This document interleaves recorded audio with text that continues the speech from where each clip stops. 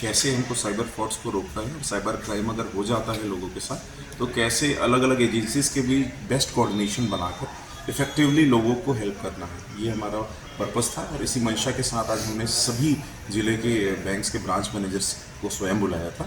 Branch manager साहिबान के साथ एक डिटेल प्रेजेंटेशन जो हमारे द्वारा बनाया गया था साइबर सेल के द्वारा, वो शेयर किया गया।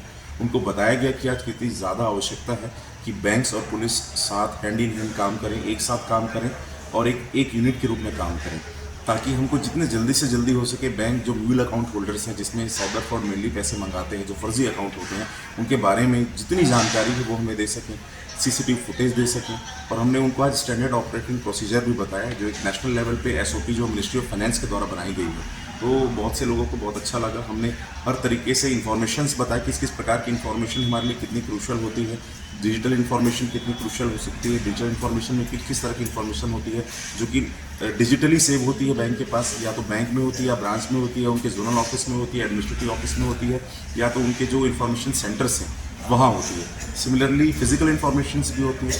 फिजिकल इन्फॉर्मेशन में केवाईसी हो गया, स्टेटमेंट हो गया, ये सारी चीज़ें, लोन एप्लीकेशन हो गया, तो ये सारी चीज़ें बैंक जो है किस प्रकार से हमें हेल्प कर सकता है जितनी जल्दी हमको दे सके। हमने टाइम लिमिट्स के बारे में बताया, तो लीगल टाइम लिमिट है। दूसरा हमने उनको रिक्वेस्ट किया कि जितनी जल्दी आप आरोपी के बारे में जो जो जानकारी हमें दे पाएंगे तो उतनी आसानी होगी, या तो उसके पैसे होल्ड कराकर हम प्रार्थी को वापस दिलाने में, या बैंक को ये भी बताया गया कि अगर आरोपी का पैसा नहीं दिला पाए, तो प्रार्थी का पैसा नहीं दिला पाए, तो कम से कम आरोपी को पकड़ सके, इतनी जानकारी हमें देगी, ताकि वो जानकारी मिलने पर हम टीम भेजकर उन आरोपियों को पकड़कर अपने प्रार्थियों को पैसे वापस दिला सकें।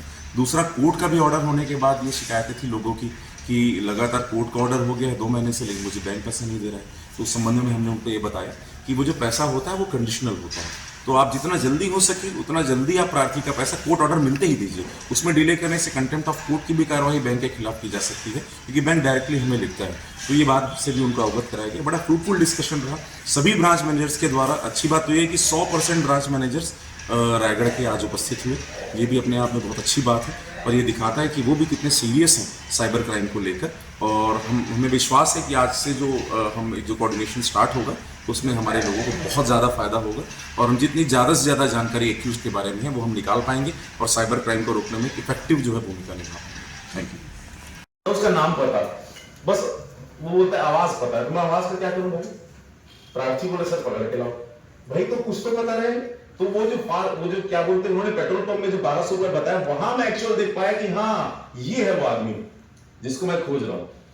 ये तो जेल जा चुका है, तो उसको पता है पुलिस से कैसे बचना है। जेल में यही तो पढ़ाई होती है, 2 चीज। जेल में जो सीरियस क्रिमिनल्स होते हैं, सीरियस क्रिमिनल ऐसे क्रिमिनल हैं जो फ्यूचर में भी क्राइम करना चाहते हैं लेकिन फंसना नहीं चाहते, ठीक है।